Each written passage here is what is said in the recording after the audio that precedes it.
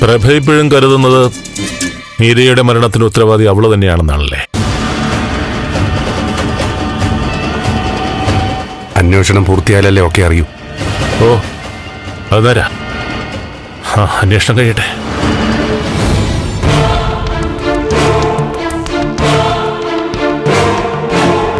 എനിക്കാണെങ്കിൽ ഇപ്പോൾ ഒരു മരവിപ്പാ.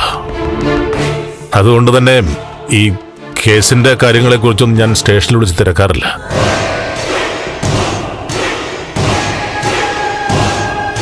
കൊന്നാളിനെ കുറിച്ചൊന്നും അറിയണം, ആ ഒരാഗ്രഹമുണ്ട്.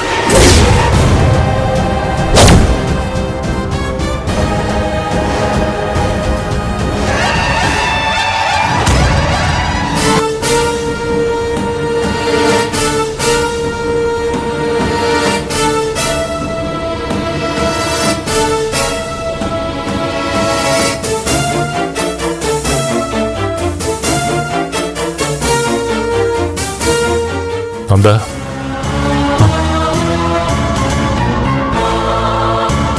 പിന്നെ നന്ദൻ അങ്ങോട്ടൊന്നും കണ്ടില്ലല്ലോ. അവനാകെ വിഷമത്തില. മുറിയിൽ നിന്ന് തന്നെ അപൂർവമായിട്ടേ പുറത്തിറങ്ങാറുള്ളൂ.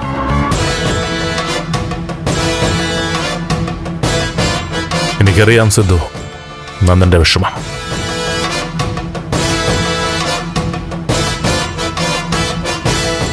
സിദ്ധു, പിന്നെ ഞാനൊരു കാര്യം തീരുമാനിച്ചു.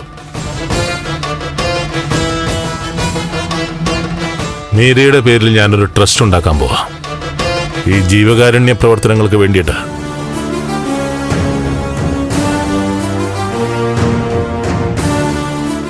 എന്റെ സമ്പാദ്യം മുഴുവനും ഞാൻ ആ ട്രസ്റ്റിന് കൈമാറാൻ തീരുമാനിച്ചു.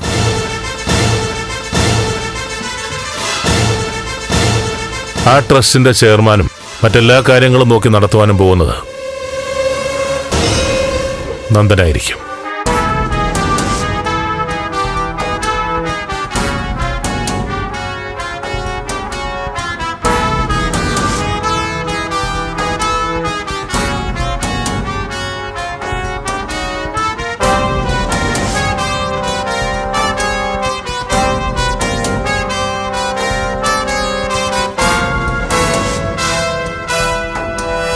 നിന്നെ ഏൽപ്പിക്കുക ഞാനെല്ലാം.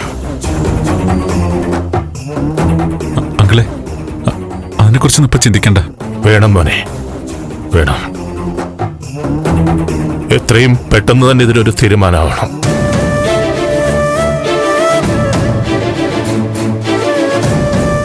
എല്ലാം നിന്നെ ഏൽപ്പിച്ചിട്ട് വേണം എനിക്കും ചന്ദ്രയ്ക്കും ഞങ്ങളുടെ മോളുടെ അടുത്തേക്ക് പോവാൻ.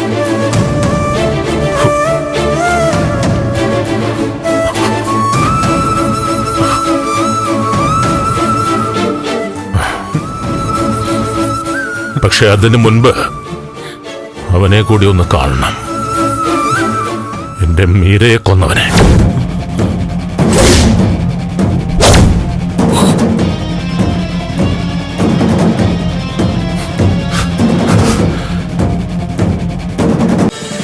ഫ്ലവേഴ്സ് ഒരുക്കുന്ന കാഴ്ച വസന്തം യൂട്യൂബിൽ പ്രേക്ഷകർക്ക് ലൈവായി കാണാം. ഫ്ലവേഴ്സ് കോമഡിയിൽ ജോയിൻ ചെയ്യൂ, ആസ്വദിക്കൂ.